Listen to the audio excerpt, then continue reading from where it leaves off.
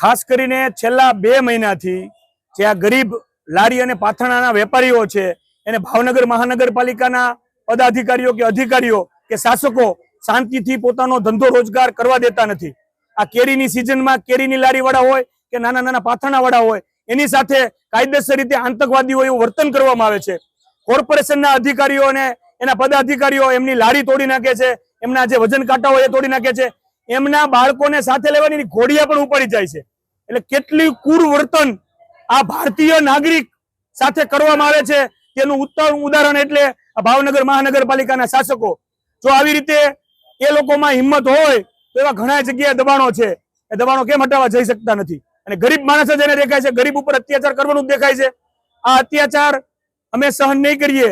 જો ભાવનગર મહાનગરપાલિકા એવું સમજતી હોય કે આ ગરીબ નાના મધ્યમ વેપારી સાથે કોઈ નથી તો એ સમજવાની ભૂલ એમને ભારે પડશે। કોંગ્રેસ પક્ષ એમની સાથે અડીખમ રીતે ઊભું રહેશે। આ તો એક ખાલી અત્યારે રજૂઆત છે, જો એમને ન્યાય નહીં મળે તો આનાથી પણ વધારે ઉગ્ર આંદોલન કરવાની અમારી તૈયારી છે। અને એમાં પણ જો કોઈ અનિચ્છનીય બનાવ બને તો તેની તમામ જવાબદારી કમિશનર શ્રી અને મેયર શ્રીની રહેશે। ખાસ કરીને જ્યારે પણ કોંગ્રેસ રજૂઆત કરવા આવે છે ત્યારે મ્યુનિસિપલ કમિશનર ગેરહાજર રહે છે, શું કહેવું? એ એમની ડ્યુટીથી અજાણ રહે છે। આ એમની ડ્યુટી છે, લોકોની રજૂઆત સાંભળવી, એનો જ સરકાર એમને પગાર આપે છે।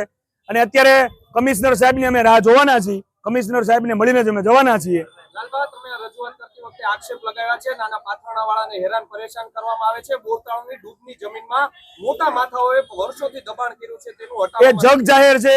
એ દબાણ હટાવવા માટે આ જે ટીમ છે ને અત્યારની જે લારીવાળાને હટાવે છે ને એ ટીમની હું માંગણી કરું છું કમિશનરશ્રીને, એ ટીમને તમે બોરતળાવના દબાણ હટાવવા માટે એને તમે નોંધણી કરો એની, અને એને તમને ડ્યુટી આપો એની। પછી મારે જોવું છે એ ટીમની તાકાત અને ટીમનો હોંસલો શું છે। એ ગરીબ ઉપર જે એની લાઠી ચડે છે એ ઉદ્યોગપતિઓ અને બિલ્ડરો ઉપર એ કરી શકે છે કે કેમ, એ મોટો પ્રશ્ન છે।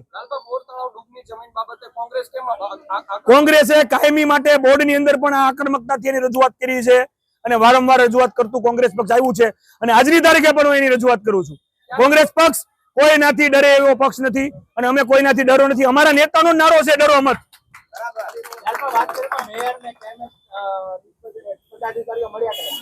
નથી મળ્યા મેયર શ્રી, નથી મળ્યા।